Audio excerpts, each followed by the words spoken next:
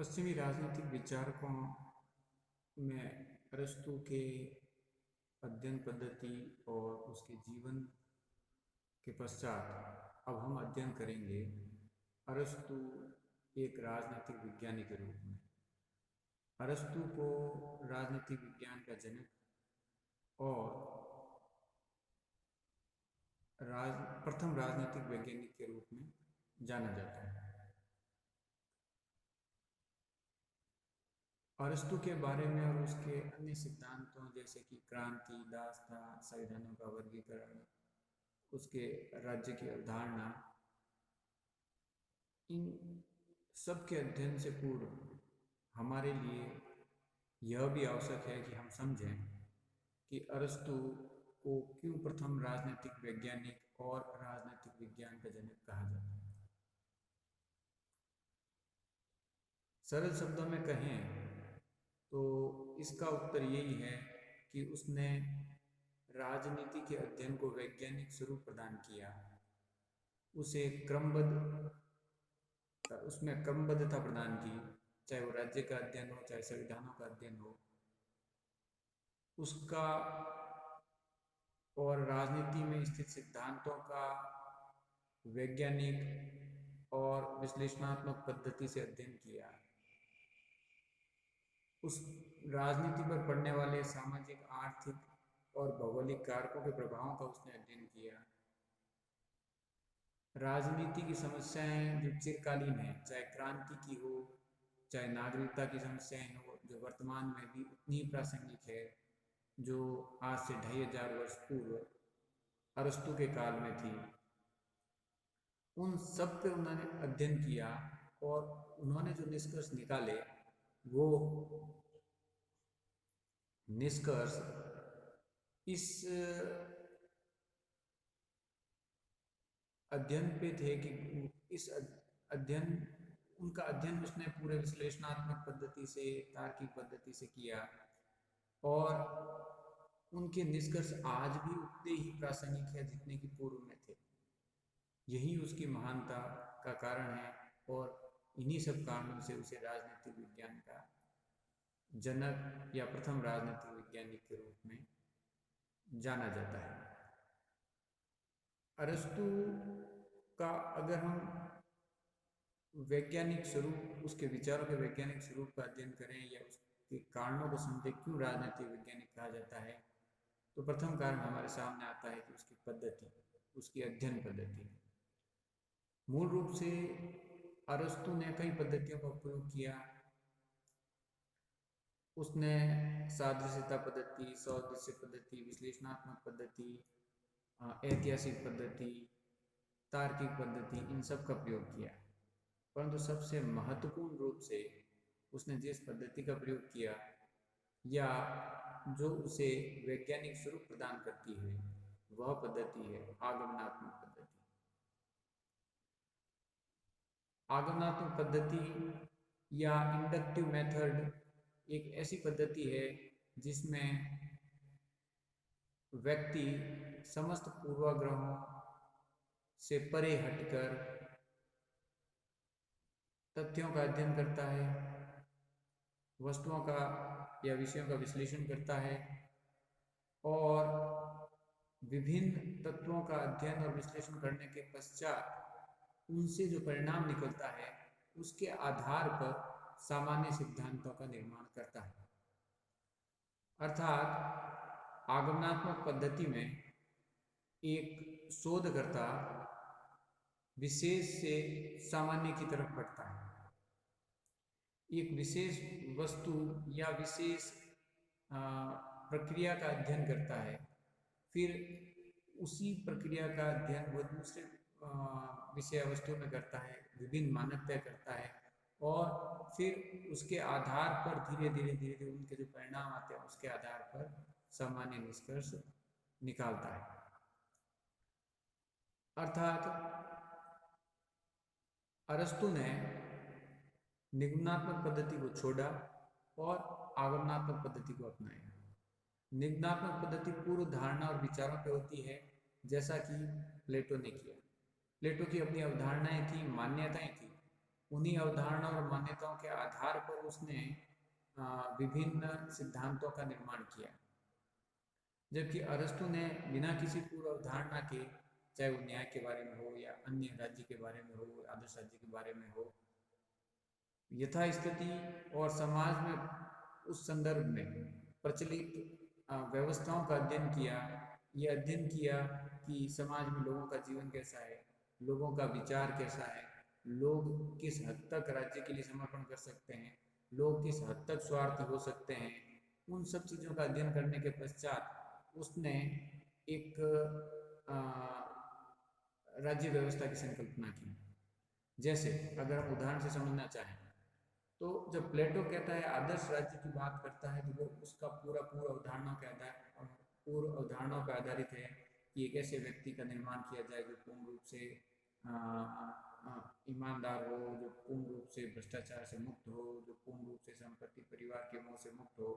इस तरह की कल्पना वो करता है ताकि एक आदर्श राज्य व्यवस्था स्थापित हो सके। उसके लिए आदर्श मानक भी तय करता है।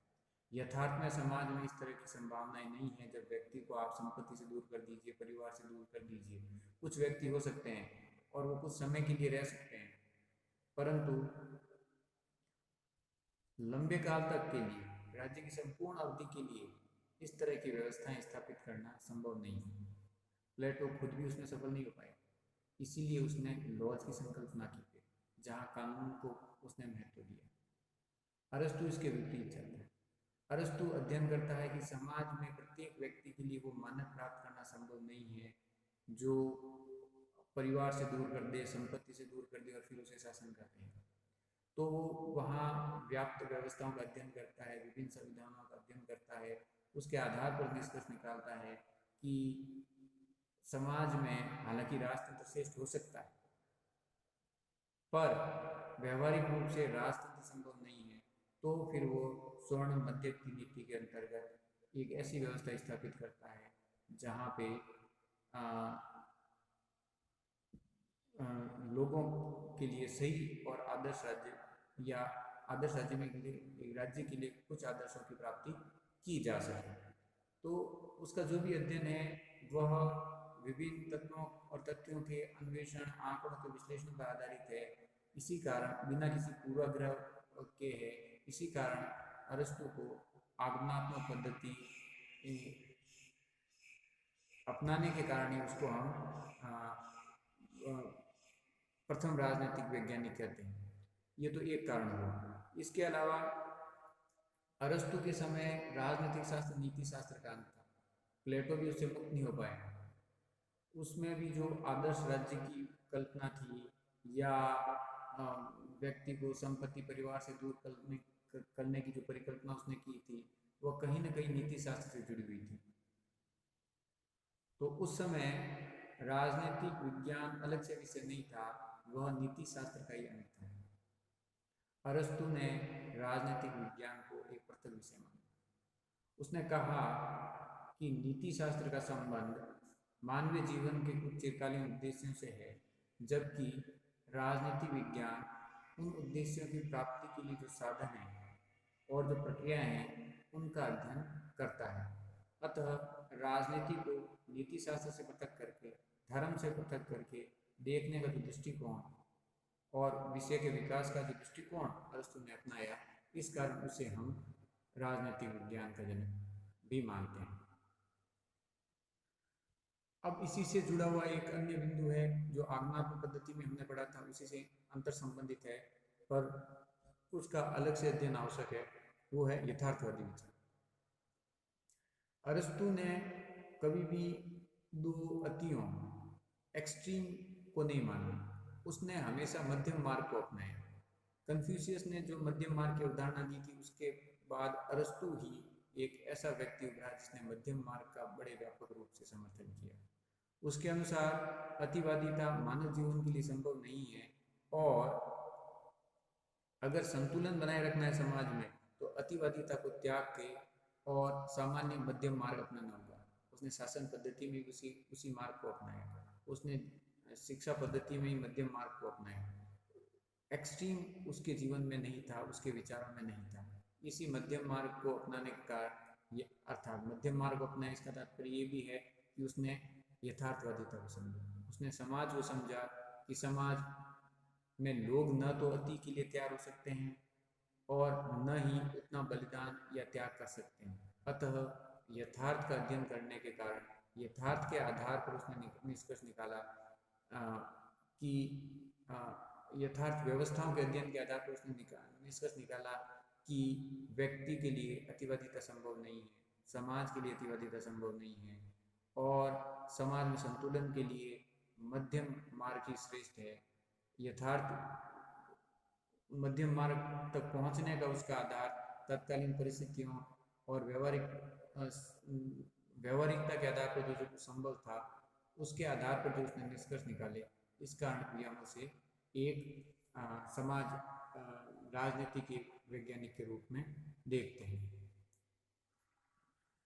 दूसरा, उसने राज्य का क्रमबद्ध अध्ययन किया। उसने राज्य के जन्म से लेकर उसके विकास, उसके राज्य के आने वाली अनेक समस्याओं, चाहे वह क्रांति हो, चाहे असमानता हो, चाहे गरीबी हो, चाहे अन्य अनेक असंतुलन हो, उन सब का उसने विस्तृत रूप से अध्ययन किया और राज्य का एक क्रमबद्ध सिद्धांत दिया। इस कारण हम अरस्तु को राजनीतिक वैज्ञानिक के रूप में मानते हैं। इसी कड़ी में, राज्य के विकास की इसी कड़ी में उसने एक अन्य महत्वपूर्ण योगदान दिया, वह था संविधान का। उसने विश्व के 158 संविधानों का अध्ययन किया और उन संविधानों के अध्ययन के आधार पर उसने निष्कर्ष निकाला कि समाज के लिए सही व्यवस्था कौन सी हो सकती है। महत्वपूर्ण चीज ये है कि एक जो वैज्ञानिक अध्ययन करता है तो वो अपनी पूर्व कल्पनाओं के आधार पर अध्ययन करता है। अरस्तु ने भी यही किया। उसने अपनी कल्पनाओं के आधार पर संविधान की रचना नहीं की। उसने 158 संविधानों का अध्ययन किया, विश्लेषण किया और उसके आधार पर निष्कर्ष निकाला कि मोटे तौर पर हम संविधानों को इतने वर्गों में विभाजित कर सकते हैं और एक राज्य के लिए और एक राज्य को सफल होने के लिए और कुछ उद्देश्यों की प्राप्ति के लिए इस प्रकार की शासन व्यवस्था को अपनाया जाना चाहिए। तो संविधान शास्त्र जो है वो कई राजनीतिक वैज्ञानिक मानते हैं कि अरस्तु की यूरोपीय राजनीतिक विज्ञान को और विश्व के राजनीतिक विज्ञान को एक बहुत बड़ी देन है। अरस्तु की ये कोई मूल या मौलिक आविष्कार नहीं था। प्लेटो ने इस बारे में चर्चा की थी, परंतु प्लेटो का दायरा सीमित था। 158 संविधानों का अध्ययन करना और फिर उसके आधार पर निष्कर्ष निकालना, ये स्वतः ही उसको एक राजनीतिक विज्ञानी के रूप में प्रस्थापित करता है। इसी बात ही हम देखें तो आज के समय नागरिकता एक बहुत बड़ा मुद्दा है। माइग्रेशन, इमिग्रेशन, इस तरह के इश्यू सीधे सीधे नागरिकता से संबंधित हैं। बढ़ती जनसंख्या के कारण ये मुद्दा और भी बढ़ रहा है। अरस्तु ने इन चीज़ों को उसी समय समझ लिया और नागरिकता के संदर्भ में बताया कि जैसे विदेशियों को नागरिकता प्रदान नहीं करते, आज के समय में भी आधुनिक संविधानों में विदेशियों को नागरिकता के जो अधिकार है वो नहीं मिले होते हैं। हम अरस्तु के बारे में ये तो नहीं कह सकते कि वो पूर्ण रूप से नागरिकता का जो सिद्धांत दिया उसको आज का विश्व वैसे ही स्वीकार करता है, क्योंकि वह दासों को भी नागरिक नहीं मानता, वह कृषकों को भी नागरिकता में सम्मिलित नहीं करता। ये ऐसी चीज़ें हैं जो अरस्तु की जो वैज्ञानिकता है उसके ऊपर एक थोड़ा सा प्रश्न चिन्ह खड़ा करती है। पर फिर भी उसने जो नागरिकता की अवधारणा का विकास किया, कालांतर में समय और परिस्थितियों के अनुसार परिवर्तित हुई और हर एक सिद्धांत होता भी है, परंतु उसने जो अध्ययन किया और नागरिकता का व्यवस्थित रूप प्रदान किया, उसके कारण हम उसे नागरिकता के सिद्धांत के जनक के रूप में भी जानते हैं। एक अन्य महत्वपूर्ण पहलू वो कानून की सर्वोच्चता है। प्लेटो जहाँ आदर्श शासक को महत्ता प्रदान करता है और उसके ऊपर सब कुछ छोड़ देता है, अरस्तु उसकी इस मान्यता का खंडन करता है और संपूर्ण शक्ति नियमों और कानूनों को प्रदान करता है।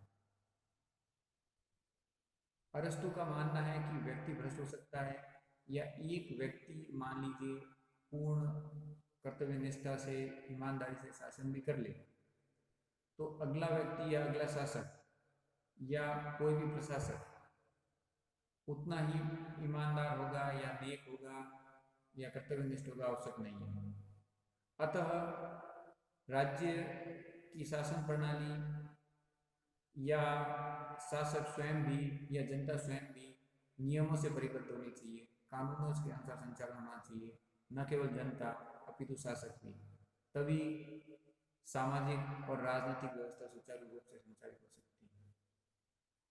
प्लेटो जो स्वयं आदर्श शासक की कल्पना में था और उसी के ऊपर सारे दायित्व छोड़ देता था, लॉज में आते आते उसने भी कानून की महत्ता को जान लिया, इसीलिए उसकी अंतिम रचना का नाम भी लॉज था।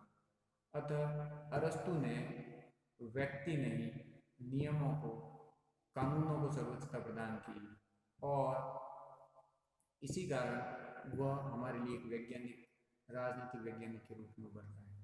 अरस्तु ने जो कानून को सर्वोच्चता प्रदान की, वही सिद्धांत 16वीं और 17वीं शताब्दी में ऑस्टिन, बेंथम आदि के द्वारा संप्रभुता के सिद्धांत, कानून की सर्वोच्चता के सिद्धांत के रूप में विकसित हुआ। एक अन्य महत्वपूर्ण चीज वो जो उसे वैज्ञानिक स्वरूप प्रदान करती है, वह है सरकार के अंगों या राज्य के अंगों का विभाजन। आज कार्यपालिका, व्यवस्थापिका, न्यायपालिका की बात करते हैं, वही व्यवस्था लगभग अरस्तु ने प्रदान की। उसने भी राज्य के 3 अंग प्रमुख बताए, सरकार के 3 अंग प्रमुख बताए, वह थे नीति निर्धारक और प्रशासक और न्यायिक। इन्हीं 3 अंगों का कालांतर में समय के साथ विकास होता गया और कार्यपालिका, न्यायपालिका और विधानमंडल, ये 3 अंग हमारे सामने आए। तो जिसकी परिकल्पना धीरे धीरे आज विकसित होकर लोकतंत्र के चरम काल में हमारे सामने आ रही है, वह परिकल्पना अरस्तु ने आज से 2500 वर्ष पूर्व कर दी थी। कालांतर में इससे अनेक सिद्धांत हुए, सरकारों का वर्गीकरण हुआ और राजनीतिक विज्ञान में अनेक शोध हुए, और वही मूल अवधारणा थोड़े बड़े अंतर के साथ चलती रही। अतः सरकार का 3 भागों, 3 अंगों में विभाजन अरस्तु की एक प्रमुख देन रही है। न केवल संविधान के संदर्भ में या सरकार के अंगों के संदर्भ में अरस्तु का योगदान रहा, अरस्तु ने तत्कालीन समाज में सामाजिक, राजनीतिक, आर्थिक प्रभावों का अध्ययन भी किया, भौगोलिक प्रभावों का अध्ययन भी किया। जैसे नौसेना की परिकल्पना करता है, वो कहता है कि नौसेना मजबूत होनी चाहिए ताकि बाहर से आने वाले व्यक्ति राज्य पे हमला न कर सकें, या राज्य की भूमि को समुद्र के समीप होना चाहिए, या उसका भूमि का एक अंग समुद्र को छूता हुआ होना चाहिए ताकि विदेश से व्यापार किया जा सके, और व्यापार से में विदेशियों का प्रभाव न बढ़े, इसलिए एक मजबूत नौसेना भी होनी चाहिए। तो इस तरह भूगोल की परिकल्पना और भौगोलिक चीज़ों का भी उसने राज्य की महत्ता में अध्ययन किया। इसी बात ही उसने अध्ययन किया कि क्रांति का प्रमुख कारण विषमता है, तो क्रांति को रोकना है तो उस असमानता को, विषमता को खत्म करना होगा, और उसके लिए ये है कि राज्य में अधिक गरीबी या अधिक धनाढ़ लोगों का बाहुल्य भी नहीं होना चाहिए। तो इन सब आर्थिक, सामाजिक कारकों के अध्ययन के कारण, आगमनात्मक और वैज्ञानिक पद्धति अपनाने के कारण, संविधानों के वर्गीकरण के कारण, राज्य के विभिन्न अंगों और सरकार के विभिन्न अंगों के वर्गीकरण के कारण, नागरिकता के संदर्भ में कानून को सर्वोच्चता प्रदान करने के कारण, मध्यम मार्ग अपनाने और यथार्थवादी नीति अपनाने के कारण, हम ये मानते हैं कि अरस्तु राजनीतिक विज्ञान का जनक है, वह प्रथम राजनीतिक वैज्ञानिक है।